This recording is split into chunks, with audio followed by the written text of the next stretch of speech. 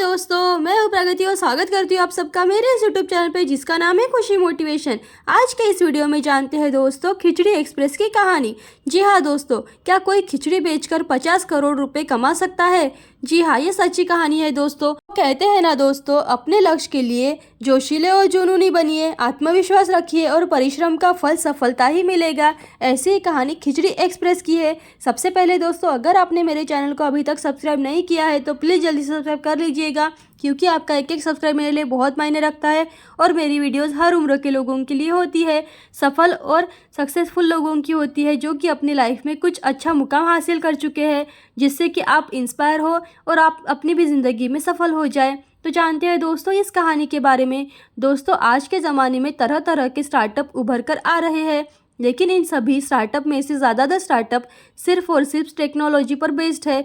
और ऐसे में अगर आप एक नॉर्मल किसी खान पान से रिलेटेड स्टार्टअप शुरू करने के लिए बात सोचेंगे और उसे इतना बड़ा बना देंगे कि उस कंपनी की वैल्यूएशन 50 करोड़ पार कर चुकी हो, तो आप भी अचरज में पड़ जाएंगे। जी हाँ, हम आज ऐसे ही एक स्टार्टअप की बात करने वाले हैं जिसने सिर्फ खिचड़ी बेचकर ही 50 करोड़ का बिजनेस बना लिया है। तो सबसे पहले जानते हैं दोस्तों इस वीडियो में पूरी की पूरी कहानी उनकी कंपनी के फाउंडर आभा सिंघल ने सिर्फ 4 साल में ही कैसे इतना बड़ा व्यापार बना लिया। खिचड़ी एक आम भारतीय खाना है जो भारत के हर घर में बड़े शौक से खाया जाता है, लेकिन आभा सिंघल ने खिचड़ी को अपना बिजनेस बनाया। आभा का बचपन बहुत ही मुश्किल से गुजरा हुआ था। वह बचपन में 12 साल की थी तभी उनके माता पिता का तलाक हो गया था। ऐसे में वह हॉस्टल और बोर्डिंग स्कूलों में पढ़ी थी।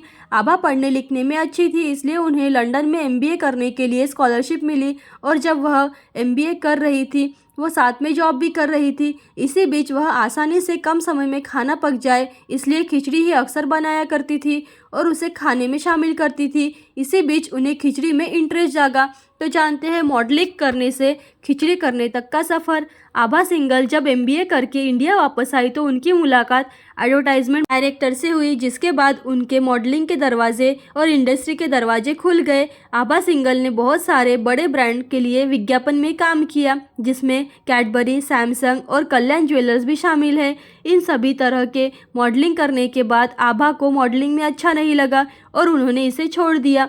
ज़िंदगी में आगे बढ़ते हुए उन्होंने एक करीबी दोस्त के साथ मिलकर खिचड़ी एक्सप्रेस को शुरू कर दिया।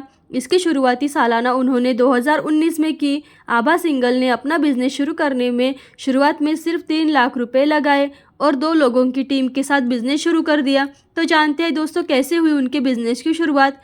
जब आभा ने अपने दोस्त के साथ बात कर रही थी तो उन्हें बातों बातों में ही यह आइडिया आ गया कि हालांकि उन्हें खिचड़ी से पहले ही ज़्यादा लगाव है, यही कारण है कि उन्होंने बिना देर किए अपने एक दोस्त के साथ हैदराबाद में ही यह काम शुरू कर दिया। आभा ने शुरू करने के लिए अपने मेनू में सिर्फ खिचड़ी ही रखी, लेकिन उनकी सोच और बिजनेस को बड़ा करने लगी थी और उन्होंने धीरे धीरे अपने मेनू हर तरह तरह के भोजन परोसना भी शुरू कर दिया और धीरे धीरे उन्होंने अपने आउटलेट्स भी शुरू कर दिए, जिससे कि लोगों तक उनकी रीच बढ़ी और उन आउटलेट्स पर उन्होंने वहाँ के स्थानिक भोजनों को परोसना शुरू कर दिया, जिनमें पकौड़ों से लेकर खिचड़ी, समोसा आदि शामिल थे। तो जानते हैं दोस्तों कैसे बनाया खिचड़ी को बिजनेस एम्पायर।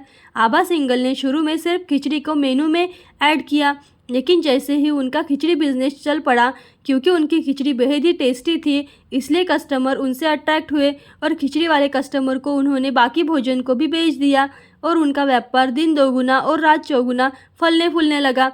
अब जानते हैं दोस्तों आज है उनकी कंपनी का 50 करोड़ का रेवेन्यू।